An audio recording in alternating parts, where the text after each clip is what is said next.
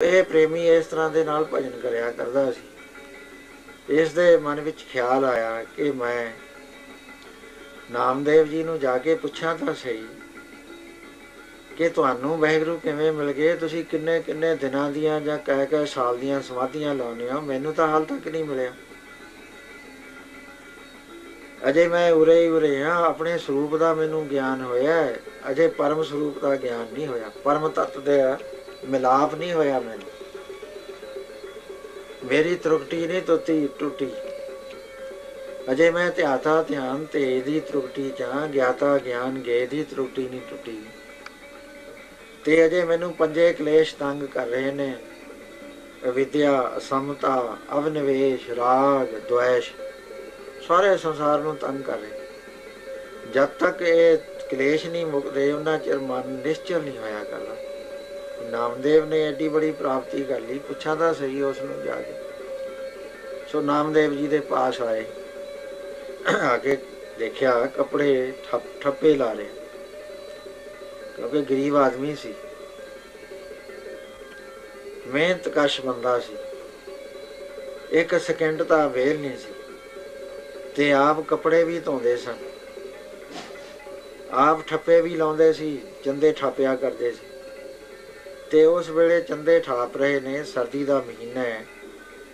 ਇੱਕ ਗਾਹਕ ਜਾਂਦਾ, ਦੂਆ ਆ ਜਾਂਦਾ, ਇੱਕ ਜਾਂਦਾ, ਦੂਆ ਆ ਜਾਂਦਾ। ਇਸਨੇ ਜਾ ਕੇ ਆਪਸ ਵਿੱਚ ਸਤਿਕਰਤਾਰ ਦੀ ਆਵਾਜ਼ ਤੇ ਨਮਸਕਾਰ ਇੱਕ ਦੂਏ ਨੂੰ ਕਿਹਾ। ਨਾਮਦੇਵ ਜੀ ਨੇ ਵੀ ਦੇਖ ਲਿਆ ਵੀ ਸੰਤ ਆਏ ਨੇ, ਪਰ ਵੇਲ ਨਹੀਂ ਸੀ। ਆਦਰ ਸਤਿਕਾਰ ਨਾਲ ਇਸ਼ਾਰਾ ਕਰਤਾ ਕਿ ਤੁਸੀਂ ਬੈਠੋ, ਮੈਂ ਫਿਰ ਵਚਨ ਕਰਦਾ। ਉਸ ਵੇਲੇ ਆਪ ਬੈਠੇ ਕੀ ਦੇਖਦੇ ਆ ਕਿ ਨਾਮਦੇਵ ਗੱਲਾਂ ਕਰਦਾ ਕਿ ਬੀਬੀ ਤੂੰ ਫਲਾਣੇ ਵੇਲੇ ਆ ਜੀ, ਜਦ ਨੂੰ ਤੇਰਾ ਚੰਦਾ ਬਣ। ਤੂੰ ਸ਼ਾਮ ਨੂੰ ਆ ਜੀ, ਤੂੰ 8 ਵਜੇ ਆ ਜੀ, 9 ਵਜੇ ਆ ਜੀ, 10 ਵਜੇ ਆ ਜੀ, ਅੱਜ ਮੈਂ ਕਰਕੇ ਹੀ ਹਟਾਂਗਾ। ਤੂੰ ਭਾਈ ਸਵੇਰੇ ਹੀ ਆ ਜੀ, ਸਾਜਰੇ ਹੀ ਆ ਜੀ। ਉਹ ਕਹਿੰਦੇ ਨੇ ਭਗਤ ਜੀ ਸਾਡੇ ਮਹਿਮਾਨ ਆਉਣੇ ਆ ਕੱਲ੍ਹ ਨੂੰ, ਇਹ ਸਾਨੂੰ ਮਿਲਣਾ ਚਾਹੀਦਾ, ਕੱਲ੍ਹ ਨੂੰ ਰਜਾਈ ਭਰਾਉਣੀ। ਕਹਿੰਦੇ ਫਿਕਰ ਨਾ ਕਰੋ। ਇਹਨੇ ਦੇਖਿਆ ਇੱਕ ਗਾਹਕ, ਦੋ ਗਾਹਕ, ਟਾਈਮ ਦੀ ਵੀ ਵੰਡ ਦੇਖੀ ਵੀ ਇਹ ਰਾਤ ਹੀ ਕਹਿੰਦਾ ਵੀ ਫਲਾਣੇ ਵੇਲੇ ਆ ਜੀ, ਤੜਕੇ ਵੀ ਕਹਿੰਦਾ ਇੰਨੇ ਕੁ ਵਜੇ ਆ ਜੀ। ਇਹ ਭਜਨ ਕਿਹੜੇ ਵੇਲੇ ਕਰਦਾ? ਉਸ ਵੇਲੇ ਆਪ ਨੇ ਇੱਕ ਤਾਨਾ ਮਾਰਿਆ ਤੇ ਫਰਮਾਇਆ ਕਿ ਨਾਮਾ ਮਾਇਆ ਮੋਹਿਆ ਕਹੇ ਤਲੋਚਨ ਮੀਤ ਕਾਹੇ ਛਿਪੋ ਛਾਇਲ ਰਾਮ ਨ ਲਾਵੋ ਚੀਤ। ਕਹਿਣ ਲੱਗਿਆ ਠੱਪੇ ਲਾਈ ਜਾਂਦਾ, ਕਿਹੜੇ ਵੇਲੇ ਭਗਤੀ ਕਰਦਾ? ਮਾਇਆ ਦਾ ਮੋਹਿਆ ਹੋਇਆ ਬੰਦਾ ਮੈਂ ਭਗਤ ਜਾਣ ਕੇ ਆਇਆ। ਸਭ ਕਹਾਣੀਆਂ ਝੂਠੀਆਂ ਲੱਗਦੀਆਂ ਕਿ ਤੈਨੂੰ 72 ਵਾਰੀ ਦਰਸ਼ਨ। ਨਾਮਦੇਵ ਜੀ ਮੁਸਕਰਾ ਪਏ, ਕਹਿਣ ਲੱਗੇ ਭਗਤ ਜੀ ਉਹ ਤਾਂ ਠੀਕ ਹੈ, ਗਰੀਬ ਆਦਮੀ ਆ, ਮਿਹਨਤ ਕਸ਼ ਬੰਦਾ, ਪਰਿਵਾਰ ਦੀ ਪਾਲਣਾ ਕਰਨੀ ਹੈ, ਕਿਰਤ ਵੀ ਮੈਂ ਕਰਨੀ ਹੈ, ਕੱਪੜੇ ਵੀ ਮੈਂ ਧੋਣੇ ਨੇ ਤੇ ਉਹਨਾਂ ਨੂੰ ਪ੍ਰੈਸ ਵੀ ਮੈਂ ਕਰਨਾ ਤੇ ਫਿਰ ਤਹਾਂ ਵਗੈਰਾ ਵੀ ਲਾਉਣੀਆਂ ਨੇ, ਚੰਦੇ ਵੀ ਮੈਂ ਠਾਪਣੇ ਨੇ ਤੇ ਮੈਂ ਕੱਪੜੇ ਵੀ ਸਿਉਂ ਦਿੰਦਾ, ਹੱਥਾਂ ਨਾਲ ਸਿਉਣਾ। ਸੋ ਮੈਂ ਕਿਰਤ ਕਰਦਾ। ਮੈਂ ਕੋਈ ਸ਼ਾਹੂਕਾਰ ਅਮੀਰ ਨਹੀਂ ਹਾਂ ਵੱਡਾ। ਤੇ ਬਾਕੀ ਜਿਹੜੇ ਨੂੰ ਤੁਸੀਂ ਭਗਤੀ ਕਹਿੰਦੇ ਹੋ, ਰਾਮ ਕਹਿੰਦੇ ਹੋ, ਰਾਮ ਤਾਂ ਪਿਆਰ ਮੰਗਦਾ। ਪਿਆਰ ਜਿਹੜਾ ਹੈ ਉਹ ਬੰਦਾ ਜਿਹਦੇ ਹਿਰਦੇ 'ਚ ਪਿਆਰ ਪੈ ਗਿਆ, ਸੀਨੇ ਖਿੱਚ ਜਿਨ੍ਹਾਂ ਨੇ ਖਾਧੀ ਉਹ ਕਰ ਆਰਾਮ ਨਾ ਬਹਿੰਦੇ, ਨਿਉ ਵਾਲੇ ਨੈਣਾ ਕੀ ਨੀਂਦਰ ਉਹ ਦਿਨੇ ਰਾਤ ਪੈ ਬਹਿੰਦੇ। ਪਿਆਰ ਖਿੱਚ ਨੂੰ ਕਹਿੰਦੇ। ਜਦ ਹਿਰਦੇ 'ਚ ਪਿਆਰ ਪੈ ਗਿਆ ਉਹ ਇਹ ਨਹੀਂ ਕਹਿੰਦਾ ਤੂੰ ਵਿਹਲਾ ਹੋ ਕੇ ਬਹਿ ਜਾ ਫਿਰ ਮੈਂ ਤੇਰੇ ਹਿਰਦੇ 'ਚ ਵਰਤਾਂਗਾ। ਉਹ ਤਾਂ ਭਗਤ ਜੀ ਖਿੱਚ ਹੁੰਦੀ ਹੈ। ਨਾਮਾ ਕਹੇ ਤਲੋਚਨਾ ਮੁਖ ਤੇ ਰਾਮ ਸਮਾਲ ਹਾਥ ਪਾਉ ਕਰ ਕਾਮ ਸਭ ਚੀਤ ਨਰੰਜਨ ਨਾਲ। ਕਹਿੰਦੇ ਭਗਤ ਜੀ ਹੱਥਾਂ ਪੈਰਾਂ ਨਾਲ ਕੰਮ ਕਰੀਦਾ, ਚਿੱਤ ਨੇ ਵਾਹਿਗੁਰੂ ਨਾਲ ਜੁੜਨਾ ਹੈ, ਹੱਥਾਂ ਪੈਰਾਂ ਨੇ ਤਾਂ ਜੁੜਨਾ ਨਹੀਂ ਹੈ। ਇਹ ਤਾਂ ਜਿਹਦੇ ਚਿੱਤ 'ਚ ਹੋ ਗਿਆ ਉਹ ਜੁੜਿਆ ਰਹਿੰਦਾ। ਦੇਖ ਦੁਨੀਆ ਦੀਆਂ ਮਿਸਾਲਾਂ ਬੇਅੰਤ ਨੇ। ਇੱਕ ਬੰਦੇ ਦਾ ਕੋਈ ਬਹੁਤ ਹਿਤੂ ਬਿਮਾਰ ਹੈ, ਉਹ ਦਫ਼ਤਰ ਵੀ ਜਾਂਦਾ ਹੈ, ਕਾਰੋਬਾਰ ਵੀ ਕਰਦਾ ਹੈ, ਹਲ ਵੀ ਚਲਾਉਂਦਾ ਹੈ, ਲੁਹਾਰਾ ਕੰਮ ਵੀ ਕਰਦਾ ਹੈ, ਪਰ ਉਹਦੇ ਚਿੱਤ 'ਚ ਵਾਰ-ਵਾਰ ਅਫਸੋਸ ਹੋ ਕੇ ਆਉਂਦੇ ਨੇ ਉਹਨੂੰ, ਕਿਉਂਕਿ ਉਹਦਾ ਬਹੁਤ ਪ੍ਰੇਮੀ ਬਿਮਾਰ ਹੈ। ਕੋਈ ਮਰ ਜਾਵੇ, ਕਿਸੇ ਦਾ ਪਤੀ ਮਰ ਗਿਆ, ਕਿਸੇ ਦਾ ਪੁੱਤਰ ਚੜ੍ਹਾਈ ਕਰ ਗਿਆ, ਉਹ ਕੰਮ ਕਰਨ ਤੋਂ ਤਾਂ ਉਹ ਹਟਦੇ ਨਹੀਂ ਹੈ, ਲੇਕਿਨ ਅਫਸੋਸ ਦਿਨ ਰਾਤ ਉਹਨਾਂ ਦੇ ਉੱਤੇ ਛਾਇਆ ਰਹਿੰਦਾ, ਕਿਉਂਕਿ ਚਿੱਤ ਨਾਲ ਸੰਬੰਧ ਹੈ, ਡੂੰਘਾ ਚਲਿਆ ਗਿਆ। ਇਸੇ ਤਰ੍ਹਾਂ ਦੇ ਨਾਲ ਕਹਿੰਦੇ ਦੇਖੋ ਬੱਚੇ ਨੇ ਗੁੱਡੀ ਚੜਾਉਂਦੇ ਨੇ, ਉਹ ਆਪਸ ਵਿੱਚ ਗੱਲਾਂ ਵੀ ਕਰਦੇ ਨੇ, ਪਰ ਧਿਆਨ ਕਿੱਥੇ ਹੈ? ਪੂਰਾ ਧਿਆਨ ਡੋਰੀ 'ਚ ਦਿੱਤਾ ਹੋਇਆ। ਚੀਤ ਸੋ ਡੋਰੀ ਰਾਖੀ ਵਾਲੇ, 5 ਜਨਾਂ ਸੋ ਬਾਤ ਬਤਊਆ, ਚੀਤ ਸੋ ਡੋਰੀ ਰਾਖੀ ਵਾਲੇ। ਕਹਿੰਦੇ ਫੇਰ ਲੜਕੀਆਂ ਪਾਣੀ ਲੈਣ ਵਾਸਤੇ ਜਾਂਦੀਆਂ ਨੇ, 2-2 ਘੜੇ, 3-3 ਘੜੇ, ਇੱਕ ਦੇ ਉੱਤੇ ਇੱਕ ਰੱਖਿਆ ਹੋਇਆ, ਇੱਕ ਕੱਚ 'ਚ ਬੜਿਆ, ਇੱਕ ਹੱਥ 'ਚ ਲੜਕਾਇਆ ਹੋਇਆ, ਦੂਰ ਚਲੇ ਗਏ। ਉਹ ਆਪਸ 'ਚ ਗੱਲਾਂ ਵੀ ਕਰਦੀਆਂ ਜਾਂਦੀਆਂ, ਹੱਸਦੀਆਂ ਵੀ ਨੇ, ਲੇਕਿਨ ਧਿਆਨ ਕਿੱਥੇ ਹੈ? ਉਹਨਾਂ ਘੜਿਆਂ ਦੇ ਵਿੱਚ ਹੈ ਵੀ ਗਿਰ ਨਾ ਜਾਵੇ। ਜੇ ਬੈਲੈਂਸ ਗਲਤ ਹੋ ਗਿਆ ਗਰਦਨ ਦਾ, ਉਸੇ ਵੇਲੇ ਗਿਰ ਕੇ ਫੁੱਟ ਜਾਣੇ। ਕਹਿਣ ਲੱਗੇ ਇੱਕ ਕਾਰੀਗਰ ਹੈ ਸੋਨੇ ਦਾ ਸੁਨਿਆਰ, ਉਹ ਗਹਿਣੇ ਵੀ ਘੜੀ ਜਾਂਦਾ ਹੈ, ਤੇ ਬੀਬੀਆਂ ਆਉਂਦੀਆਂ ਵੀ ਮੇਰਾ ਇਹੋ ਜਿਹਾ ਬਣਾ ਦੀ ਭਾਈ, ਇਹੋ ਜਿਹੀ ਚੀਜ਼ ਬਣਾਉਣੀ ਹੈ। ਮਾੜਾ ਜਿਹਾ ਉੱਤੇ ਨੂੰ ਚੱਕ ਕੇ ਨਿਗਾਹ ਦੇਖਦਾ, ਠੱਕ ਠੱਕ ਫੇਰ ਕਰਨ ਲੱਗ ਜਾਂਦਾ, ਬੋਲੀ ਜਾਂਦਾ ਭਾਈ ਇਹੋ ਜਿਹਾ ਬਣ ਜੂ, ਫਿਕਰ ਨਾ ਤੂੰ ਕਰ, ਇੰਨਾ ਟਾਈਮ ਲੱਗੂ। ਇੱਕ ਮਾਤਾ ਹੈ, ਉਸਨੇ ਪੁੱਤਰ ਝੂਲੇ ਦੇ ਵਿੱਚ ਸਲਾਇਆ ਹੋਇਆ, ਝੂਟਾ ਦੇ ਕੇ ਆ ਗਈ, ਅੰਦਰ ਬਾਹਰ ਕੰਮ ਕਰਦੀ ਫਿਰਦੀ ਹੈ, ਲੇਕਿਨ ਯਾਦ ਹੈ ਕਿ ਬੱਚਾ ਜਾਗ ਪਏਗਾ ਜੇ ਮੈਂ ਝੂਟਾ ਖੜ ਗਿਆ ਤੇ ਝੂਟਾ ਨਾ ਦਿੱਤਾ ਟਾਈਮ ਤੇ। ਸੋ ਉਸ ਵੇਲੇ ਜਾ ਕੇ ਝੂਟਾ ਦਿੰਦੀ ਹੈ। ਉਹ ਬੱਚਾ ਸੁੱਤਾ ਰਹਿੰਦਾ ਹੈ ਤੇ ਇਹ ਸਾਰੇ ਕੰਮ ਕਰ ਲੈਂਦੀ ਹੈ, ਤੇ ਉਹ ਬੱਚੇ ਨੂੰ ਚਿੱਤ 'ਚ ਰੱਖਦੀ ਹੈ, ਹਰ ਵਕਤ ਭੁੱਲਦੀ ਨਹੀਂ ਹੈ ਕਿ ਬੱਚਾ ਪਿਆ। ਇਹ ਤਾਂ ਬੰਦਿਆਂ ਦੀ ਗੱਲ ਦੱਸੀ ਹੈ, ਤੇ ਪਸ਼ੂਆਂ ਦੀ ਦੱਸਦੇ ਹਾਂ ਤੁਹਾਨੂੰ। ਇੱਕ ਗਊ ਸੌਂਦੀ ਹੈ, ਤੇ ਘਰ ਦੇ ਵਿੱਚ ਕਿੰਨੇ ਦਰਵਾਜ਼ੇ ਨੇ, ਦੂਰ ਜੰਗਲ ਦੇ ਵਿੱਚ ਲੈ ਜਾਂਦਾ ਹੈ ਪਾਲੀ ਚਾਰਨ ਵਾਲਾ, ਤੇ ਉੱਥੇ ਉਹ ਚੁਗਦੀ ਵੀ ਹੈ, ਲੇਕਿਨ ਪਿੰਡ ਵੱਲ ਨੂੰ ਮੂੰਹ ਕਰਕੇ ਰੰਭਣਾ ਸ਼ੁਰੂ ਕਰ ਦਿੰਦੀ ਹੈ ਥੋੜ੍ਹੀ ਦੇਰ ਤੇ ਬਾਅਦ, ਕਿਉਂਕਿ ਚੀਤ ਸੋ ਬਛੜਾ ਰਾਖੀ ਵਾਲੇ, ਬਛੜਾ ਉਹਦੇ ਚਿੱਤ ਵਿੱਚ। ਸੋ ਕਹਿਣ ਲੱਗੇ ਭਗਤ ਜੀ, ਪਰਮੇਸ਼ਰ ਦੀ ਯਾਦ ਜੇ ਹਿਰਦੇ 'ਚ ਵਸ ਜਾਵੇ, ਫਿਰ ਹਿਰਦੇ ਦਾ ਕੰਮ ਹੈ ਉਸ ਨੂੰ ਯਾਦ ਕਰਨਾ, ਹੱਥਾਂ ਪੈਰਾਂ ਦਾ ਨਹੀਂ। ਕਹਿਣ ਲੱਗੇ ਜੇ ਡੂੰਘਾ ਹੋਵੇ ਕਿਸੇ ਦਾ, ਤੇ ਕਹਿੰਦੇ ਰਸਨਾ ਜਪਦੀ ਹੈ। ਨਾਮ ਦੀਆਂ ਪੜਤਾਂ ਹੁੰਦੀਆਂ, ਜਦ ਡੀਪ ਚਲਿਆ ਜਾਂਦਾ ਹੈ ਉਸ ਵੇਲੇ ਨਾਮ ਇਹ ਯਾਦ ਆਉਂਦਾ। ਜਿਹੜੀ ਚੀਜ਼ ਡੀਪ ਹੋਵੇ, ਇੱਕ ਆਦਮੀ ਨੂੰ ਨੌਕਰੀ ਨਹੀਂ ਮਿਲਦੀ, ਜੋਬ ਨਹੀਂ ਮਿਲਦਾ, ਉਹ ਹਰ ਵਕਤ ਸੋਚੇਗਾ। ਇੱਕ ਬੰਦੇ ਦਾ ਮੁਕੱਦਮਾ ਚੱਲਦਾ ਹੈ, ਪਤਾ ਹੈ ਵੀ ਮੇਰਾ ਨੁਕਸਾਨ ਹੋ ਜਾਏਗਾ, ਹਰ ਵਕਤ ਮੁਕੱਦਮੇ ਦੀ ਗੱਲ ਸੋਚੇਗਾ। ਇੱਕ ਆਦਮੀ ਭੁੱਖਾ ਹੈ, ਕੁਛ ਕਰੀ ਜਾਵੇ, ਰੋਟੀ ਦੀ ਬਾਤ ਸੋਚੇਗਾ। ਸੋ ਭਗਤ ਜੀ, ਇਹ ਜਿਹੜਾ ਕਹਿਣਾ ਹੈ ਕਿ ਅਸੀਂ ਵਿਹਲੇ ਹੋ ਕੇ ਨਾਮ ਜਪਾਂਗੇ, ਬਹਾਨਾ ਹੋਇਆ ਕਰਦਾ। ਪਰ ਜਦੋਂ ਨਾਮ ਅੰਦਰ ਹਿਰਦੇ 'ਚ ਰਮ ਜਾਵੇ, ਚਲਿਆ ਜਾਵੇ ਹਿਰਦੇ ਦੇ ਅੰਦਰ, ਲਾਲ ਰੰਗ ਲੱਗ ਗਿਆ ਨਾਮ ਦਾ, ਤੇ ਉਹ ਤਾਂ ਹਰ ਵਕਤ ਖਿੱਚ ਵਿੱਚ ਰਹਿੰਦਾ, ਤੇ ਸਹਿਜ ਸਵਾਦ ਜਿੱਧਰ ਦੇਖਦਾ ਵਾਹਿਗੁਰੂ ਹੀ ਨਜ਼ਰ ਆਉਂਦਾ। ਜੋ ਕੰਮ ਕਰਦਾ ਉਹ ਵੀ ਵਾਹਿਗੁਰੂ ਦੇ ਕੰਮ ਨਜ਼ਰ ਆਉਂਦੇ ਨੇ। ਉਹ ਤਾਂ ਨਿਕਲਦਾ ਹੀ ਨਹੀਂ ਉਹਦੇ ਵਿੱਚੋਂ, ਗਾਹਕਾਂ ਨਾਲ ਗੱਲ ਕਰਦਾ ਉਹ ਵੀ ਵਾਹਿਗੁਰੂ ਹੀ ਨਜ਼ਰ ਆਉਂਦਾ। ਉਹ ਤਾਂ ਹਰ ਵਕਤ ਬਰਮ ਨੇਸ਼ਟੀ, ਬਰਮ ਸਰੋਤਰੀ, ਬਰਮ ਬਖਤਾ ਹੁੰਦਾ।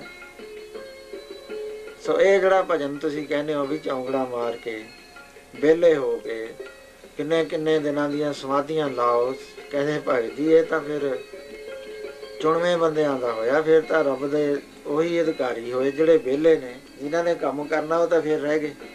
ਸੋ ਇਸ ਤਰ੍ਹਾਂ ਦੇ ਨਾਲ ਮਹਾਰਾਜ ਕਹਿੰਦੇ ਤੂੰ ਭਾਈ ਗੁਰਾ ਇੱਕ ਦੇ ਬਜਾਈ, ਸਭਨਾ ਜੀਆਂ ਕਾ ਇੱਕ ਦਾਤਾ, ਸੋ ਮੈਂ ਬਿਸਰ ਨਾ ਜਾਈ। ਸੋ ਉਹ ਦਾਤਾ ਨਾ ਭੁੱਲੇ, ਉਹਦੇ ਵਾਸਤੇ ਤਿਆਰੀ ਹੁੰਦੀ ਹੈ ਸਾਧ ਸੰਗਤ ਦੀ, ਵੀ ਕਿਸ ਤਰ੍ਹਾਂ ਦੇ ਨਾਲ ਕੀਤਾ ਜਾਵੇ। ਸਾਨੂੰ ਤਾਂ ਭੁੱਲ ਪੈਂਦਾ। ਸੋ ਉਹਦੇ ਵਾਸਤੇ ਗੁਰਾਂ ਨੇ, ਮਹਾਰਾਜ ਜੀ ਨੇ ਸਤ ਸੰਗਤ ਦਾ ਰਸਤਾ ਦੱਸਿਆ। ਤੁਸੀਂ ਸਤ ਸੰਗਤ 'ਚ ਜਾਓ, ਉੱਥੇ ਪਰਮੇਸ਼ਰ ਦੇ ਪਿਆਰੇ ਹੁੰਦੇ ਨੇ।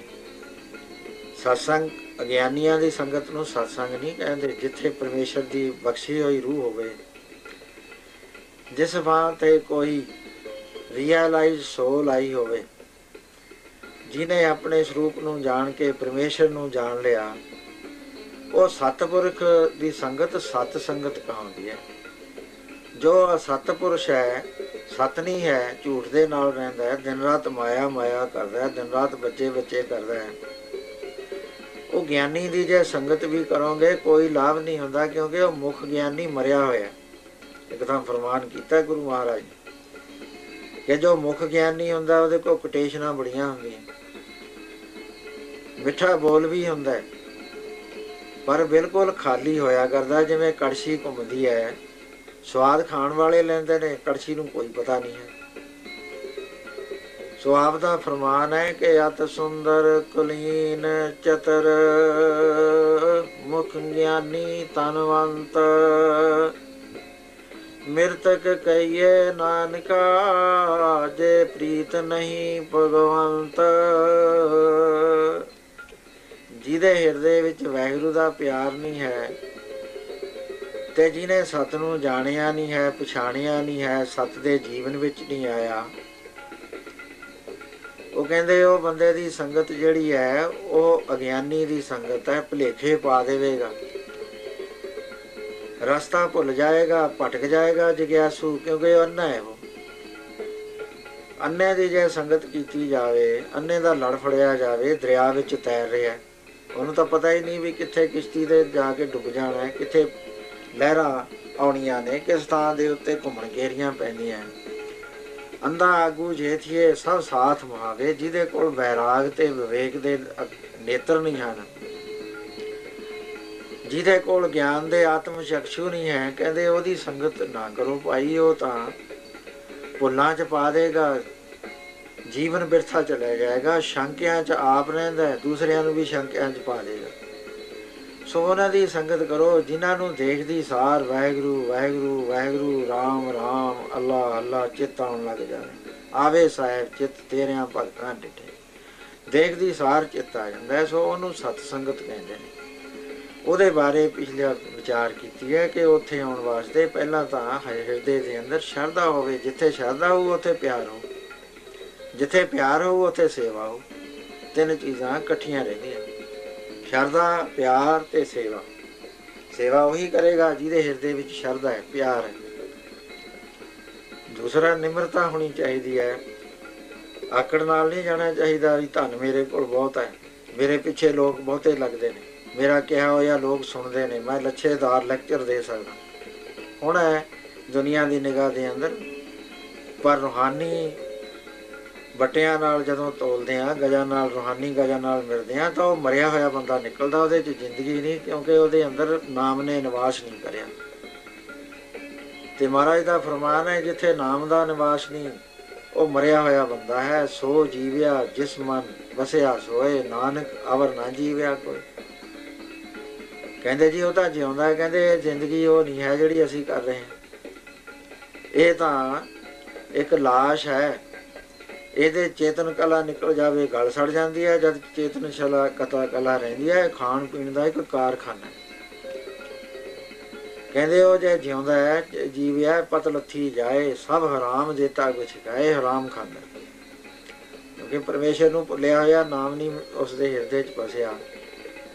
ਸੋ ਐਸੇ ਨਾਮੀ ਦੀ ਜੋ ਸੰਗਤ ਹੈ ਉਸਨੂੰ ਸਤਸੰਗ ਕਹਿੰਦੇ ਆ। ਉੱਥੇ ਜੇ ਕੋਈ ਅਪਮਾਨ ਕਰੇ, ਉਹਦੇ ਵਰਗਾ ਮੂਰਖ ਦੁਨੀਆ ਦੇ ਅੰਦਰ ਕੋਈ ਨਹੀਂ, ਕਿਉਂਕਿ ਹਰ ਜੀ ਉਹ ਹੰਕਾਰ ਨਾ ਪਾਵੇ, ਵੇਦ ਕੂਕ ਸੁਣਾਵੇ। ਕੂਕ ਕੂਕ ਕੇ ਕਹਿੰਦੇ ਨੇ ਵੇਦ ਵੀ ਨਾ ਅਪਮਾਨ ਨਹੀਂ ਤੇਰਾ ਭਾਈ, ਤੈਨੂੰ ਡੋਬ ਲੇਗਾ। ਕਹਿੰਦੇ ਤਰਨੇ ਕੋ ਹੈ ਦੀਨਤਾ, ਨਿਮਰਤਾ ਹੋਵੇ, ਉਹ ਤਰ ਜਾਇਆ ਕਰਦਾ। ਹੌਲੀ ਚੀਜ਼ ਪਾਣੀ 'ਚ ਤਰ ਜਾਏਗੀ, ਜੇ ਲੋਹਾ ਲਾਇਆ ਹੋਵੇ, ਸਿੱਕਾ ਲਾਇਆ ਹੋਵੇ, ਥੱਲੇ ਡੁੱਬ ਜਾਏਗਾ। ਡੁੱਬਣ ਕੋ ਅਭਿਮਾਨ, ਡੁੱਬਦਾ ਅਭਿਮਾਨ। ਸੋ ਨਿਰਅਭਿਮਾਨ ਹੋ ਕੇ ਜਦੋਂ ਅਸੀਂ ਜਾਂਦੇ ਹਾਂ ਸ਼ਰਧਾ ਨਿਮਰਤਾ, ਤੇ ਉੱਥੇ ਜਾ ਕੇ ਪ੍ਰਵਚਨ ਉਹਨਾਂ ਦੇ ਮਨ ਨੂੰ ਇਕਾਗਰ ਕਰਕੇ ਸੁਣਦੇ ਹਾਂ, ਉਸ ਵੇਲੇ ਸੰਗਤ ਦਾ ਮਹਾਨ ਮਹਾਨ ਫਲ ਪ੍ਰਾਪਤ ਹੁੰਦਾ ਹੈ। ਕਿੰਨਾ ਕੁ ਫਲ ਪ੍ਰਾਪਤ ਹੁੰਦਾ ਹੈ, ਇਹਦੇ ਬਾਰੇ ਬਹੁਤ ਬਾਤਾਂ ਨੇ, ਬਹੁਤ ਲੰਮੀਆਂ ਚੌੜੀਆਂ ਮਹਾਂਪੁਰਸ਼ਾਂ ਦੀਆਂ ਸਮਝਾਉਣ ਵਾਸਤੇ ਗੱਲਾਂ ਨੇ, ਛੋਟੀ ਤੇ ਛੋਟੀਆਂ ਵੀ, ਵੱਡੇ ਤੇ ਵੱਡੀਆਂ ਵੀ। ਉਹ ਤਾਂ ਕਹਿੰਦੇ ਜੇ ਸਤਸੰਗ ਦਾ ਇੱਕ ਬਚਨ ਵੀ ਤੇਰੇ ਹਿਰਦੇ 'ਚ ਵਸ ਜਾਵੇ, ਤਾਂ ਵੀ ਤੇਰੇ ਜੀਵਨ ਦੀ ਸੂਈ ਧੁਰਾ ਬਦਲ ਸਕਦਾ ਤੇ ਉਹਦੀ ਫ੍ਰੀਕੁਐਂਸੀ ਬਦਲ ਜਾਏਗੀ ਤੇ ਤੂੰ ਜਿਹੜੇ ਰਸਤੇ ਪਾਪਾਂ ਨੂੰ ਜਾ ਰਿਹਾ ਨਰਕਾਂ ਨੂੰ, ਉਹ ਰਸਤਾ ਛੱਡ ਦੇਗਾ ਜੇ ਇੱਕ ਵਚਨ ਵੀ ਸੁਣ ਲੈ। ਐਸਾ ਵਿਚਾਰ ਕਰਦੇ ਨੇ ਮਹਾਂਪੁਰਸ਼ ਜਿਗਿਆਸੂ ਨੂੰ ਸਮਝਾਉਣ ਵਾਸਤੇ ਤਾਂ ਕਿ ਗੱਲ ਸਮਝ ਆ। ਇੱਕ ਸ਼ਹਿਰ ਦੇ ਅੰਦਰ ਇੱਕ ਚੋਰ ਰਹਿੰਦਾ ਸੀ, ਚੋਰੀਆਂ ਕਰਦਾ ਸੀ, ਲੇਕਿਨ ਅਖੀਰ ਪਤਾ ਲੱਗ ਗਿਆ ਰਾਜੇ ਨੇ ਉਸ ਨੂੰ ਮਰਵਾ ਦਿੱਤਾ। ਕਾਨੂੰਨ ਸਖਤ ਹੁੰਦੇ ਸੀ, ਜਾਂ ਹੱਥ ਕੱਟ ਦਿੰਦੇ ਸੀ ਜਾਂ ਪੈਰਾਂ ਦੀਆਂ ਲੱਤਾਂ ਦੀਆਂ ਨਾੜੀਆਂ ਕੱਟ ਦਿੰਦੇ ਸੀ। ਜੇ ਬਹੁਤ ਸੰਗੀਨ ਜੁਰਮ ਕਰਿਆ ਮਰਵਾ ਵੀ ਦਿੰਦੇ ਸੀ। ਉਹ ਮਰ ਗਿਆ। ਉਹਦਾ ਪੁੱਤਰ ਹੌਲੀ ਹੌਲੀ ਪਲਦਾ 12 ਸਾਲ ਦਾ ਹੋਇਆ। ਇੱਕ ਦਿਨ ਮਾਂ ਨੂੰ ਕਹਿਣ ਲੱਗਿਆ, ਮਾਤਾ ਮੈਂ ਹੁਣ ਤਕੜਾ ਹੋ ਗਿਆ, ਮੈਂ ਡੰਗਰ ਚਾਰ ਸਕਦਾ, ਦੂਸਰੇ ਦੇ ਖੇਤਾਂ ਵਿੱਚ ਮੈਂ ਮਾੜਾ ਮੋਟਾ ਕੰਮ ਕਰ ਸਕਦਾ, ਘਾਹ ਖੋਦ ਸਕਦਾ, ਕਿਸੇ ਦੇ ਘਰ ਵਿੱਚ ਜਾ ਕੇ ਝਾੜੂ ਬਹਾਰੀ ਕਰ ਸਕਦਾ, ਕਿਸੇ ਦੇ ਨਾਲ ਜਾ ਕੇ ਛੋਟੀ ਮੋਟੀ ਮਜ਼ਦੂਰੀ ਕਰ ਸਕਦਾ। ਤੂੰ ਮੈਨੂੰ ਦੱਸ, ਮੈਂ ਕੰਮ ਤੇ ਲੱਗਾ, ਮੈਂ ਵਿਹਲਾ, ਤੂੰ ਵੀ ਵਿਹਲੀ ਤੇ ਮੈਂ ਵੀ ਵਿਹਲਾ, ਕਿੰਨਾ ਕੁ ਚਿਰ ਆਪਣਾ ਗੁਜ਼ਾਰਾ ਹੋਏਗਾ। ਮਾਂ ਕਹਿਣ ਲੱਗੀ ਕਿ ਬੇਟਾ ਤੂੰ ਅਜੇ ਛੋਟਾ ਹੈ, ਤੇਰੇ ਪਿਓ ਦਾ ਕਮਾਇਆ ਹੋਇਆ ਧਨ ਅਜੇ ਬਹੁਤ ਪਿਆ, ਮੁੱਕਦਾ ਨਹੀਂ ਹੈ। ਤੂੰ 18 ਸਾਲ ਦਾ ਹੋ ਜਾ, ਇੱਕ ਮੇਰਾ ਵਚਨ ਮੰਨ ਕੇ ਤੂੰ ਵਰਜਿਸ਼ ਕਰ, ਬਹੁਤ ਆਪਣੇ ਸਰੀਰ ਨੂੰ ਬੱਜਰ ਵਰਗਾ ਬਣਾ ਲੈ, ਪੱਥਰ ਵਰਗਾ। ਜੇ ਤੇਰੇ ਸਾਰਾ ਦਿਨ ਡੰਡੇ ਮਾਰੀ ਜਾਵੇ ਤਾਂ ਤੈਨੂੰ ਹਾਏ ਕਹਿਣ ਦੀ ਲੋੜ ਨਾ ਪਵੇ ਤੇ ਉਹ ਸਹਿ ਜਾਵੇਂ। ਇਹੋ ਜਿਹਾ ਸ਼ਤਵੀਰ ਬਣਾ ਲੈ। ਮਿਹਨਤ ਕਰਨੀ ਸ਼ੁਰੂ ਕਰ ਦਿੱਤੀ, ਸਰੀਰ ਨੂੰ ਬੱਜਰ ਬਣਾਉਣਾ ਸ਼ੁਰੂ ਕਰਦਾ। ਜਿਹੜੇ ਵੱਡੇ ਵੱਡੇ ਪਹਿਲਵਾਨ ਨੇ ਇਹ ਮੋਗਰੀਆਂ ਮਰਵਾਉਂਦੇ ਨੇ ਉੱਤੇ, ਉਹ ਇੰਨੀਆਂ ਸਖਤ ਕਰ ਲੈਂਦੇ ਨੇ ਹੌਲੀ ਹੌਲੀ ਹੱਡੀਆਂ ਨੂੰ ਵੀ ਪੱਥਰੇ ਬਣ ਜਾਂਦੀਆਂ ਵੀ ਟੁੱਟ ਨਾ ਜਾਣ। ਸੋ ਇਸ ਤਰ੍ਹਾਂ ਦੇ ਨਾਲ ਇਹਨੇ ਮਿਹਨਤ ਕਰਕੇ ਬੜਾ ਤਗੜਾ ਜਵਾਨ ਬਣ ਗਿਆ। ਜਦ 18 ਸਾਲ ਦਾ ਹੋਇਆ, ਮਾਂ ਕਹਿਣ ਲੱਗੀ, ਆ ਬੇਟਾ ਤੈਨੂੰ ਮੈਂ ਦੱਸਾਂ ਵੀ ਹੁਣ ਤੈਂ ਕੀ ਕਰਨਾ। ਪਹਿਲਾਂ ਤੂੰ ਆਪਣੇ ਪੀਰ ਦੀ ਸੁਗੰਧ ਖਾ, ਕਿਉਂਕਿ ਚੋਰਾਂ ਦੇ ਵੀ ਆਪਣੇ ਪੀਰ ਦੀਆਂ ਦੇਵੀਆਂ ਨੂੰ ਮੰਨਦੇ ਨੇ, ਪੀਰਾਂ ਨੂੰ ਮੰਨਦੇ ਨੇ ਤੇ ਉਹਨਾਂ ਦੀ ਸੁਗੰਧ ਖਾਂਦੇ ਨੇ, ਉਹਨਾਂ ਤੇ ਪੱਕੇ ਰਹਿੰਦੇ ਨੇ। ਫਿਰ ਕਹਿਣ ਲੱਗਿਆ, ਮੈਂ ਸੁਗੰਧ ਖਾਂਦਾ ਤੇ ਜੋ ਗੱਲ ਕਹੇਗੀ ਮੈਂ ਕਿਸੇ ਨੂੰ ਨਹੀਂ ਦੱਸਦਾ। ਕਹਿੰਦੀ, ਦੇਖ ਬੇਟਾ, ਇੱਕ ਤਾਂ ਦੁਨੀਆ ਨੂੰ ਇਹ ਨਹੀਂ ਦੱਸਣਾ ਅਸੀਂ ਕੀ ਕੰਮ ਕਰਦੇ ਹਾਂ। ਕਹਿੰਦਾ, ਠੀਕ ਹੈ, ਕਿਹੜੀ ਔਖੀ ਗੱਲ ਹੈ, ਜੇ ਦੁਨੀਆ ਦੇਖ ਲੈ। ਕਹਿੰਦੀ, ਨਾ, ਆਪਣਾ ਕੰਮ ਦੇਖਣ ਵਾਲਾ ਨਹੀਂ, ਗੁਪਤ ਕੰਮ ਹੈ ਆਪਣਾ। ਕਹਿਣ ਲੱਗੀ, ਦੂਸਰਾ, ਚਾਹੇ ਤੈਨੂੰ ਮਾਰ ਦੇਵੇ ਕੁੱਟ ਕੁੱਟ ਕੇ, ਕੋਈ ਪੁਲਿਸ ਮਾਰ ਦੇਵੇ, ਤੈਂ ਨਹੀਂ ਦੱਸਣੀ ਵੀ ਕਿਰਤ ਹੈ। ਜਿਹੜਾ ਕੰਮ ਕਰਕੇ ਆਇਆ ਉਹ ਨਹੀਂ ਮੰਨਣਾ, ਨਹੀਂ ਨਾ, ਇਹ ਨਾ ਕਰੀ ਜਾਣੀਆਂ ਸੌਹਾਂ ਸੁਗੰਧਾਂ ਜਿੰਨੀਆਂ ਖਿਲਾਉਣ ਖਾਈ ਜਾਣੀ। ਤੀਸਰੀ ਜੋ ਮੁੱਖ ਗੱਲ ਹੈ ਜਿਹਦੇ ਉੱਤੇ ਪੂਰਾ ਪਹਿਰਾ ਦੇਣਾ, ਇੱਕ ਆਪਣੇ ਦੁਸ਼ਮਣ ਨੇ ਇੱਥੇ ਬਹੁਤ ਵੱਡੇ ਆਪਣੇ ਪੇਸ਼ੇ ਦੇ, ਉਹ ਨਹੀਂ ਚਾਹੁੰਦੇ ਕਿ ਅਸੀਂ ਰੋਟੀ ਖਾ ਸਕੀਏ, ਅਸੀਂ ਪਿਤਾ ਪੁਰਖੀ ਸਾਡਾ ਪੇਸ਼ਾ ਹੈ। ਉਹ ਹਰ ਵਕਤ ਦਿਨ ਰਾਤ ਸਾਡੀ ਨਿੰਦਿਆ ਕਰਦੇ ਨੇ। ਉਹ ਦੁਸ਼ਮਣ ਨੰਬਰ 1 ਨੇ ਸਾਡੇ। ਦੁਸ਼ਮਣ ਨੰਬਰ 2 ਸਾਡੇ ਸਰਕਾਰੀ ਕਰਮਚਾਰੀ ਨੇ। ਉਹ ਕਹਿੰਦਾ, ਮਾਤਾ ਦੱਸ ਮੈਂ ਬਦਲਾ ਲਵਾਂ। ਕਹਿੰਦੇ, ਬਦਲਾ ਨਹੀਂ ਲੈਣਾ, ਉਹਨਾਂ ਦੁਸ਼ਮਣਾਂ ਕੋਲ ਨਹੀਂ ਜਾਣਾ। ਕਹਿੰਦੇ, ਉਹ ਹੈਗੇ ਸਤਸੰਗੀ, ਰੱਬ ਦੇ ਮੰਨਣ ਵਾਲੇ। ਤੇ ਤੈਂ ਧਰਮਸ਼ਾਲਾ ਦੇ ਕਦੇ ਨੇੜੇ ਦੀ ਨਹੀਂ ਲੰਘਣਾ, ਨਾ ਧਰਮਸ਼ਾਲਾ 'ਚ ਜਾਣ ਵਾਲਿਆਂ ਨਾਲ ਕਦੇ ਭੁੱਲ ਕੇ ਗੱਲ ਕਰਨੀ ਹੈ। ਉਹਨਾਂ ਦੀਆਂ ਗੱਲਾਂ ਬਹੁਤ ਗਲਤ ਹੁੰਦੀਆਂ ਤੇ ਸਾਡੇ ਪੇਸ਼ੇ ਨੂੰ ਨਿੰਦਦੇ ਆ। ਕਹਿਣ ਲੱਗਿਆ, ਪੇਸ਼ਾ ਤਾਂ ਮਾਤਾ ਦੱਸ ਦੇ। ਕਹਿੰਦਾ, ਪੇਸ਼ਾ ਬੇਟਾ ਬੜਾ ਸੁਖਾਲਾ ਹੈ, ਤੂੰ ਕੁਛ ਕਰ ਲਿਆ ਕਰੀ, ਚੂੜੀਆਂ ਲੈ ਲੀਆਂ, ਹੋਰ ਵੈਦ ਹਕੀਮ ਜਿਹਾ ਬਣ ਗਿਆ, ਹੋਰ ਕੋਈ ਵੀ ਸਰੂਪ ਧਾਰ ਲਏ, ਤੂੰ ਤੁਰਿਆ ਕਰ, ਮੰਗਤਾ ਬਣ ਗਿਆ, ਘਰਾਂ 'ਚ ਜਾਇਆ ਕਰ ਤੇ ਦੇਖਿਆ ਕਰ ਵੀ ਇਹਨਾਂ ਦਾ ਧਨ ਕਿੱਥੇ ਹੈ, ਜੱਜਮੈਂਟ ਕਰਿਆ ਕਰ। 1 ਮਹੀਨਾ ਘੁੰਮੀ ਜਾਇਆ ਕਰ, ਜਦ ਤੈਨੂੰ ਪੂਰੀ ਤਸੱਲੀ ਹੋ ਜਾਏ ਵੀ ਫਲਾਣੇ ਸੰਦੂਕ 'ਚੋਂ ਪੈਸੇ ਕੱਢਦੀ ਹੈ ਮਾਈ, ਤਾਂ ਜਾਂ ਵਿਆਹ ਸ਼ਾਦੀ ਤੋਂ ਆਈ ਹੈ ਤੇ ਹੁਣ ਉਹ ਕੋਠੜੀ 'ਚ ਬੜੀ ਹੈ ਵੀ ਉੱਥੇ ਧਨ ਰੱਖਿਆ ਹੈ। ਮੰਗਤਾ ਬਣ ਕੇ ਖੜਾ ਰਹੀ, ਗਾਲਾਂ ਕੱਢੀ ਜਾਣ, ਕੁਛ ਕਰੀ ਜਾਣ। ਫੇਰ ਤੂੰ ਉੱਥੇ ਛੱਤ ਪਾੜ ਲਈ, ਸੰਨ ਮਾਰ ਲਈ, ਜਿੰਦਾ ਤੋੜ ਲਈ ਤੇ ਉਹ ਸਮਾਨ ਚੱਕ ਲਿਆਈ। ਬਸ ਆਪਣਾ ਪੇਸ਼ਾ ਇੰਨਾ ਹੀ। ਮਹੀਨਾ 2 ਮਹੀਨੇ ਫੇਰ ਘੁੰਮੀ ਗਿਆ ਤੇ ਫੇਰ ਕਿਤੇ ਦੌ ਮਾਰ ਲਿਆ। ਕਹਿੰਦਾ ਠੀਕ ਹੈ ਮਾਤਾ। ਕਹਿੰਦੀ ਤੇਰਾ ਪਿਓ ਇਹੀ ਕੰਮ ਕਰਿਆ ਕਰਦਾ ਸੀ, ਤੇਰਾ ਦਾਦਾ ਵੀ ਇਹੀ ਕੰਮ ਕਰਦਾ ਸੀ, ਤੇਰਾ ਪੜਦਾਦਾ ਵੀ ਇਹੀ ਕੰਮ ਕਰਦਾ ਸੀ। ਪੁਸ਼ਤ ਦਰ ਪੁਸ਼ਤ ਜਿਵੇਂ ਕਸਾਈਆਂ ਦੇ ਮੁੰਡੇ ਕਸਾਈ ਪੁਣਾ ਕਰਦੇ ਨੇ, ਐਸੇ ਤਰ੍ਹਾਂ ਆਪਣਾ ਬੇਟਾ ਪੇਸ਼ਾ ਹੈ।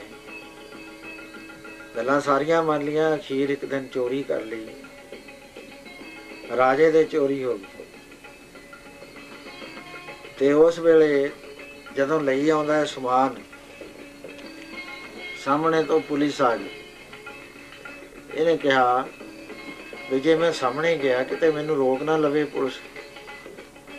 ਸਮਾਨ ਮੇਰੇ ਕੋਲ ਹੈ, ਮਾਲੇ ਮਸ਼ਰੂਕਾ ਰਾਤ ਦਾ ਦੱਬਿਆ ਹੋਇਆ ਮੈਂ ਕੱਢ ਕੇ ਲਿਆਇਆ, ਇਹਨਾਂ ਨੂੰ ਪਤਾ ਲੱਗ ਜਾਣਾ ਤੇ ਤਲਾਸ਼ ਕਰਦੇ ਫਿਰਦੇ ਨੇ। ਉਸ ਵੇਲੇ ਦੂਸਰਾ ਰਸਤਾ ਜੋ ਸੀ ਉਹ ਧਰਮਸ਼ਾਲਾ ਦੇ ਅੱਗੇ ਦੀ ਜਾਂਦਾ ਸੀ। ਮਜਬੂਰਨ ਉੱਧਰ ਜਾਣਾ ਪਿਆ। ਵਿਉਂ ਤੇ ਇਹ ਬਣਾਈ ਕਿ ਮੈਂ ਕੰਨਾਂ ਚੁੰਗਲੀਆਂ ਦੇ ਲਾਂਗਾ, ਮੈਂ ਇਹਨਾਂ ਦੀ ਗੱਲੇ ਨਹੀਂ ਸੁਣਦਾ। ਸੋ ਇਸ ਤਰ੍ਹਾਂ ਦੇ ਨਾਲ ਜਦ ਉੱਥੋਂ ਦੀ ਲੰਘਣ ਲੱਗਿਆ, ਕੰਨਾਂ ਚੁੰਗਲੀਆਂ ਦੇ ਲੀਆਂ। ਉਸ ਵੇਲੇ ਅਚਾਨਕ ਜਦ ਦਰਵਾਜ਼ੇ ਕੋਲ ਗਿਆ, ਕੋਈ ਕੰਡਾ ਪਿਆ ਸੀ, ਪੈਰ 'ਚ ਚੁੱਭ ਗਿਆ।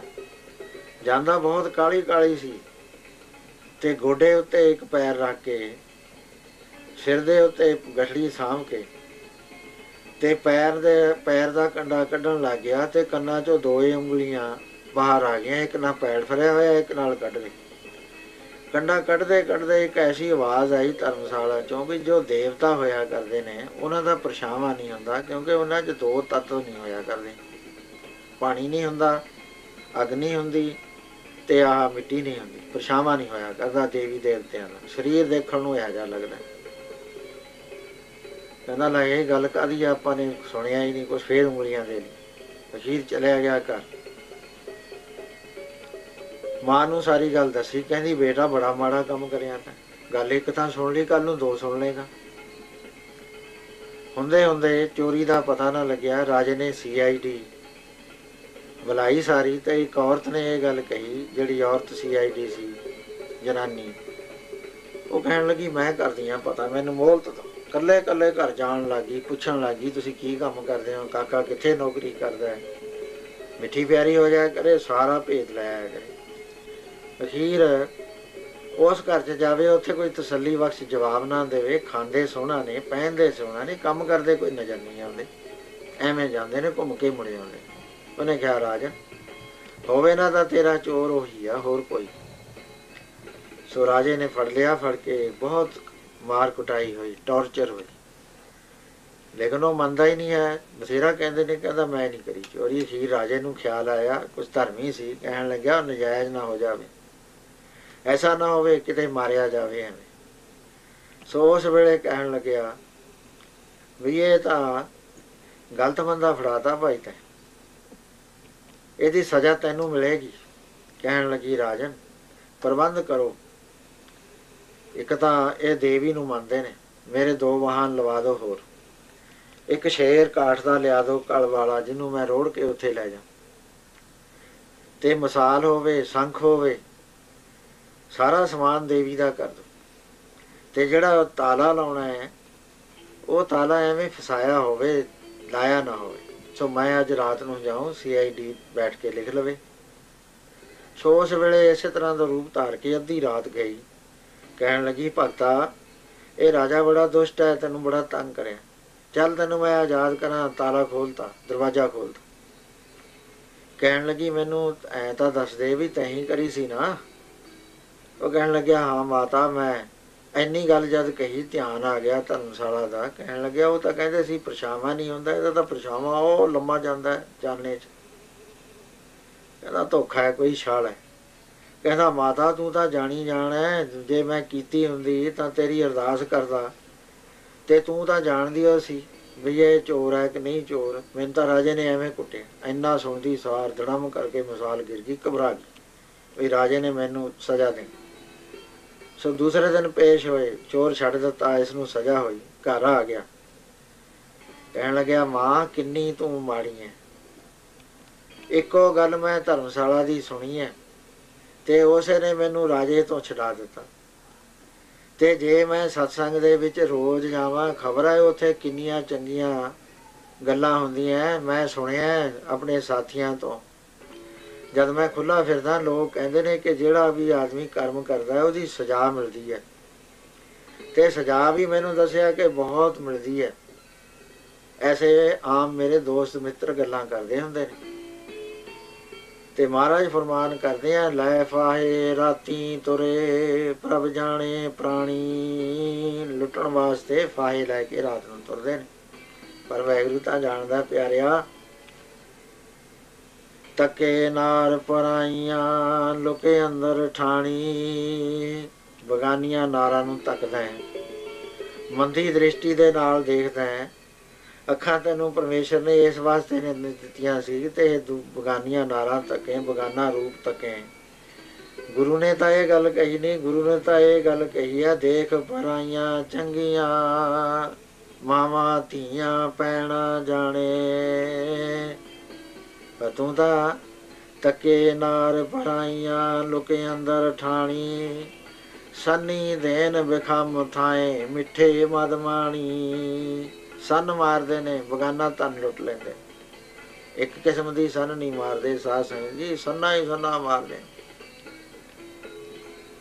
ਅਸਲੀ ਮਾਲ ਭਾਰਤ ਵਿੱਚ ਤਾਂ ਸਾਰਾ ਹੀ ਸੰਨ ਸਾਰੀ ਉਹ ਸੰਨ ਪੈਂਦੀ ਆ ਕਮਾਈ। ਕਿਤੇ ਕਰ ਲਓ, ਦੁਕਾਨਦਾਰ ਦੇ ਜਾਓ, ਕਹੋ ਅਸਲੀ ਚੀਜ਼ ਹੈ ਜੀ, ਕੋਈ ਮਿਲਾਵਟ ਨਹੀਂ। ਦਵਾਈ ਲੈਣ ਜਾਓ, ਖਾਣ ਵਾਲੀਆਂ ਚੀਜ਼ਾਂ ਲੈਣ ਜਾਓ, ਸਾਰੀਆਂ ਹੀ ਮਿਲਾਵਟ। 40% ਤਾਂ ਮਿਨੀਮਮ ਮਿਲਾਵਟ ਹੈ, 60 ਤੱਕ 70 ਤੱਕ ਵੀ ਪਹੁੰਚ ਜਾਂਦੇ। ਖਾਣ ਵਾਲਾ ਚਾਹੇ ਜਿਉਂਦਾ ਰਹੇ ਚਾਹੇ ਮਰੇ, ਉਹਨਾਂ ਨੂੰ ਪੈਸਾ ਚਾਹੀਦਾ, ਕਿਉਂਕਿ ਭਾਰਤ ਪੈਸੇ ਦੀ ਪੂਜਾ ਕਰਦਾ। ਲక్ష్ਮੀ ਦਾ ਪੁਜਾਰੀ ਹੈ ਜਿਹੜਾ ਕਰਦਾ ਹੀ ਪੈਸੇ ਦੀ ਪੂਜਾ, ਫਿਰ ਉਹ ਗਿਣਦਾ ਹੀ ਨਹੀਂ ਕਿ ਮੈਨੂੰ ਦੋਸ਼ ਹੈ। ਮਿਲਾਵਟਾਂ ਕਰਦੇ ਨੇ, ਡਾਲਡੇ ਘਿਓ 'ਚ ਚਰਬੀਆਂ ਖਿਲਾਤੀਆਂ, ਦਵਾਈਆਂ ਦੇ ਵਿੱਚ ਮਿਲਾਵਟਾਂ ਕਰਤੀਆਂ, ਅਸਰ ਨਹੀਂ ਹੁੰਦਾ। ਕੱਪੜੇ ਲੀੜੇ ਹਰ ਥਾਂ ਮਿਲਾਵਟ। ਖਾਣ ਵਾਲੀ ਚੀਜ਼ ਕੋਈ ਖਾ ਹੀ ਨਹੀਂ ਸਕਦਾ, ਚਰਬੀ ਹੋ ਚਰਬੀ, ਪਤਾ ਨਹੀਂ ਕੀ ਪਾਉਂਦੇ ਨੇ, ਜਿਉਂਦੇ ਡੰਗਰਾਂ ਦੀ ਜਾਂ ਮਰਿਆ ਹੋਇਆ ਡੰਗਰਾਂ ਦੀ। ਸੋ ਇਸ ਤਰ੍ਹਾਂ ਦੇ ਨਾਲ ਰਿਸ਼ਵਤ ਲੈਣੀ। ਕੰਮ ਕਰਦਾ, ਸਰਕਾਰ ਦਾ ਕੰਮ ਹੈ ਕੰਮ ਕਰੇ।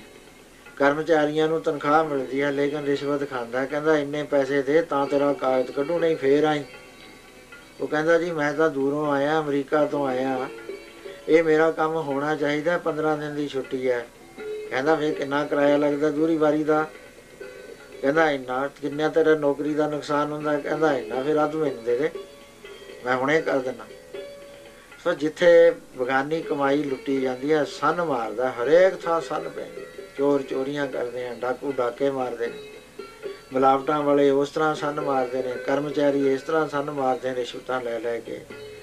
ਇੱਥੇ ਤੱਕ ਕਿ ਜਿਹੜੇ ਧਾਰਮਿਕ ਬੰਦੇ ਨੇ ਉਹ ਵੀ ਸੰਨਾ ਮਾਰਦੇ ਆ ਦੂਸਰੇ ਦੀ ਕਮਾਈ 'ਤੇ। ਮੈਨੂੰ ਦੱਸਿਆ ਕਿਸੇ ਨੇ ਵੀ ਇੱਕ ਸਾਡੇ ਇੱਥੇ ਬੜੇ ਪੂਰਨ ਸੰਤ ਆਏ, ਕਹਿੰਦੇ ਮੈਨੂੰ ਕਹਿਣ ਲੱਗੇ ਅਸੀਂ $10,000 ਲੈਣਾ, 10,000। ਹੈਰਾਨ ਹੋ ਗਏ ਅਸੀਂ ਵੀ ਜੇ ਨਾਰਾਜ਼ ਕਰ ਦਿੱਤਾ ਪਤਾ ਨਹੀਂ ਕੀ ਹੋ। ਸਾਡੇ ਕੋਲ ਹੈ ਨਹੀਂ ਸੀ, ਉਧਾਰੇ ਲੈ ਕੇ ਦਿੱਤੇ। 4-5 ਸਾਲ ਅਸੀਂ ਕਰਜ਼ਾ ਹੀ ਲਾਉਂਦੇ ਰਹੇ। ਕਿੱਡੀਆਂ ਬੜੀਆਂ ਗੱਲਾਂ, ਗਰੀਬ ਦੀ ਕਮਾਈ 'ਤੇ ਕਿੱਡੀ ਬੜੀ ਸੰਨ ਮਾਰੀ, ਨਾ ਕੁਛ ਕਰਨਾ ਨਾ ਕੁਛ ਕਰਾਉਣਾ, ਤੇ ਪੈਸਾ ਲੈ ਲਿਆ। ਕੀ ਕਰਨਾ ਤੁਸੀਂ ਪੈਰਾ? ਉਹ ਗਰੀਬ ਬੱਚੇ ਪਾਲ ਲਵੇ, ਉਹਦੇ 'ਤੇ ਕਰਜ਼ਾ ਹੋ ਗਿਆ ਤੇ ਤੁਸੀਂ ਸੰਨ ਮਾਰ ਲਈ। ਸੰਨ ਇੱਕ ਥਾਂ ਨਹੀਂ ਮਾਰਦੇ, ਧਾਰਮਿਕ ਬੰਦੇ ਵੀ ਸੰਨਾ ਮਾਰਦੇ। ਸੋ ਇਸ ਤਰ੍ਹਾਂ ਮਹਾਰਾਜ ਕਹਿੰਦੇ, ਸੰਨੀ ਦੇਨ ਬਖਮ ਥਾਏ ਮਿੱਠੇ ਮਦ ਮਾਣੀ। ਫੇਰ ਕੀ ਹੋਏਗਾ? ਕਰਮੀ ਆਪੋ ਆਪਣੀ ਆਪੇ ਪਛਤਾਣੀ। ਕਰਮ ਤਾਂ ਕਰ ਲਏ, ਇਹ ਤਾਂ ਨਹੀਂ ਜਾਣੇ ਤੇਰੇ ਬਿਨਾਂ ਭੋਗਿਆਂ ਤੇ। ਇਹ ਤਾਂ ਤੈਂ ਸੀਡ ਬੀਜ ਦਿੱਤਾ, ਤੈਨੂੰ ਭੋਗਣਾ ਪੈਣਾ। ਵਸ਼ ਜਿੰਨੇ ਮਾੜੇ ਕਰਮ ਕਰੇ। ਤੇ ਉਹ ਰਸਤਾ ਐਸਾ ਹੈ, ਬਾਰ ਬੜਾ ਨੜੇ ਹੁਮਸ ਧੁਮਸ ਕੂਕਾਂ ਪਈਆਂ ਰਾਹੀਂ। ਉੱਥੇ ਤਾਂ ਕੂਕਾਂ ਮਾਰਦਾ ਜਾਣਾ ਤੈਂ। ਨਾ ਤੇਰੀ ਵਿਦਿਆ ਨੇ ਕੰਮ ਕਰਨਾ, ਨਾ ਤੇਰੇ ਧਨ ਨੇ ਕੰਮ ਕਰਨਾ, ਕਿਉਂਕਿ ਉਹ ਰਿਸ਼ਵਤ ਨਹੀਂ ਲੈਂਦੇ। ਉੱਥੇ ਸੱਚੇ ਹੀ ਹੈ, ਉੱਥੇ ਸੱਚੇ ਹੀ ਸੱਚ ਨਿਬੜੇ। ਚੁਣ ਬਖ ਕੱਢੇ ਜਜ ਮਾਲਿਆ, ਥਾਂ ਨਾ ਪਾਇਨ ਕੂੜਿਆਰ ਮੂੰਹ ਕਾਲੇ ਦੋਜ਼ਖ ਚਾਲਿਆ। ਗੱਲ ਸੱਚੀ ਕਹਿੰਦੇ ਹੋ ਕਿ ਡਰਾਈ ਜਾਂਦੇ ਹੋ? ਕਹਿੰਦੇ ਨਾ, ਤੈਨੂੰ ਜੋ ਦਰਗਾਹ 'ਚ ਅਸੀਂ ਅੱਖਾਂ ਨਾਲ ਦੇਖਿਆ ਉਹ ਕਹਿੰਦੇ ਆ, ਸੁਣ ਲੈ ਧਿਆਨ ਨਾਲ। ਨਾਨਕ ਆਖੇ ਰੇ ਮਨਾ, ਸੁਣਿਓ ਸਿੱਖ ਸਹੀ। ਲੇਖਾ ਰੱਬ ਮੰਗੇਸਿਆ ਬੈਠਾ ਕੱਢ ਬਈ। ਤਲਵਾਂ ਪੌਸਨ ਆਕੀਆਂ ਬਾਕੀ ਜਿਨਾ ਰਹੀ। ਸਮਣ ਬਰੰਟ ਆਉਣਗੇ ਜਿਨ੍ਹਾਂ ਨੇ ਜ਼ਿੰਦਗੀ ਇੱਥੇ ਘਾਟੇ ਦਾ ਬੈਲੈਂਸ ਬਣਾ ਦਿੱਤਾ। ਫੜ ਕੇ ਜਾਣਗੇ ਕੈਦੀਆਂ ਮੰਗਣ, ਮਾਰ ਪੈਂਦੀ ਜਾਏਗੀ। ਸੋ ਉਸ ਵੇਲੇ ਕਹਿੰਦੇ ਕੋਈ ਬੇਲੀ ਹੈ ਤੇਰਾ ਜਿਹੜਾ ਤੈਨੂੰ ਛਡਾਲੂ ਗੁਰੂ ਹੁੰਦਾ, ਬੇਲੀ ਗੁਰੂ ਤਾਂ ਬਣਾਇਆ ਨਹੀਂ ਹੈ। ਉੱਥੇ ਹੱਥ ਨਾ ਉਪੜੇ ਕੂਕ ਨਾ ਸੁਣੀਐ ਪੁਕਾਰ। ਉੱਥੇ ਸਤਿਗੁਰ ਬੇਲੀ ਹੋਵੇ ਕੱਢ ਲੈ ਅੰਤੀ ਵਾਰ। ਉਹ ਤਾਂ ਬਣਾਇਆ ਨਹੀਂ ਤਾਂ ਜਿਹਨੇ ਤੈਨੂੰ ਛਡਾਉਣਾ ਸੀ। ਕਹਿੰਦੇ ਤਲਵ ਆਏਗੀ ਉਸ ਵੇਲੇ, ਬਰੰਟ ਆਉਣਗੇ। ਉਹ ਕਿਉਂਕਿ ਆਕੀ ਹੋ ਗਿਆ, ਮਨ ਦੇ ਪਿੱਛੇ ਲੱਗ ਕੇ ਗੁਰਮੁਖਾਂ ਦੀ ਬਾਤ ਨਹੀਂ ਸੁਣੀ, ਸਾਧੂਆਂ ਦਾ ਉਪਦੇਸ਼ ਨਹੀਂ ਸੁਣਿਆ, ਹਿਰਦੇ 'ਚ ਨਹੀਂ ਬਿਠਾਇਆ। ਤਲਵਾਂ ਪੈਸਨ ਆਖੀਆਂ, ਤਲਵਾਂ ਆ ਗਈਆਂ ਉਹਨਾਂ ਨੂੰ, ਬਾਕੀ ਜਨਾ ਰਹੀ। ਅਜ਼ਰਾਈਲ ਫਰਿਸ਼ਤਾ ਹੋਸੀ ਆਏ ਤਹੀ। ਅਜ਼ਰਾਈਲ ਫਰਿਸ਼ਤਾ ਜਿਹੜੀ ਵਾਹਿਗੁਰੂ ਦੀ ਸ਼ਕਤੀ, ਆਦਮੀ ਦੇ ਹਿਸਾਬ ਕਿਤਾਬ ਦੇਖਣ ਵਾਲੀ ਸ਼ਕਤੀ ਆ, ਹੋ ਗਈ ਸਾਹਮਣੇ। ਆਵਣ ਜਾਣ ਨਾ ਸੁਝਈ ਭੀੜੀ ਗਲੀ ਫਈ।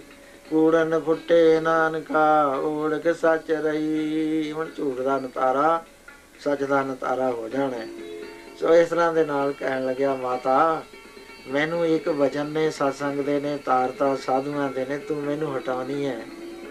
ਇੱਕੋ ਹੀ ਵਚਨ ਸੀ, ਕਬੀਰ ਇੱਕ ਘੜੀ ਆਦੀ ਘੜੀ ਆਦੀ ਹੂੰ ਫੁਨਾਦ ਭਗਤਨ ਸੇਤੀ ਗੋਸ਼ਟੇ ਜੋ ਕੀਨੋ ਸੋਲਾ। ਸੋ ਇਹ ਤਾਂ ਸਤਸੰਗ ਦੇ ਵਿੱਚ ਜਾ ਕੇ ਜੇ ਇੱਕ ਵਚਨ ਵੀ ਕੰਨ 'ਚ ਪੈ ਜਾਵੇ ਮਹਾਂਪੁਰਸ਼ਾਂ ਦਾ, ਇਹਦੇ ਨਾਲ ਵੀ ਉਧਾਰ ਹੋ ਸਕਿਆ ਕਰਨ। ਸੋ ਸਤਸੰਗ ਐਸੀ ਬਾਤ ਨਹੀਂ, ਇਸ ਐਵੇਂ ਨਹੀਂ ਮਹਾਰਾਜ ਨੇ ਹੱਥ ਕਥਨੀ ਕਰੀ। ਆਪ ਦਾ ਫਰਮਾਨ ਹੈ ਐਸਾ ਕਿ ਕਈ ਕੋਟਿਕ ਜਗ ਫਲਾ ਸੁਣ ਗਾਵਣ ਹਾਰੇ ਰਾਮ। ਕਰੋੜਾਂ ਜਗਾਂ ਦਾ ਫਲ ਹੁੰਦਾ ਭਾਈ। ਇਸ ਤੋਂ ਅੱਗੇ ਹੋਰ ਫਲ ਦੀ ਵਿਚਾਰ ਫੇਰ ਕੀਤੀ ਜਾਏਗੀ। ਸੋ ਇੰਨਾ ਹੀ ਬਹੁਤ ਹੈ। ਸਤਨਾਮ ਸ੍ਰੀ ਵਾਹਿਗੁਰੂ।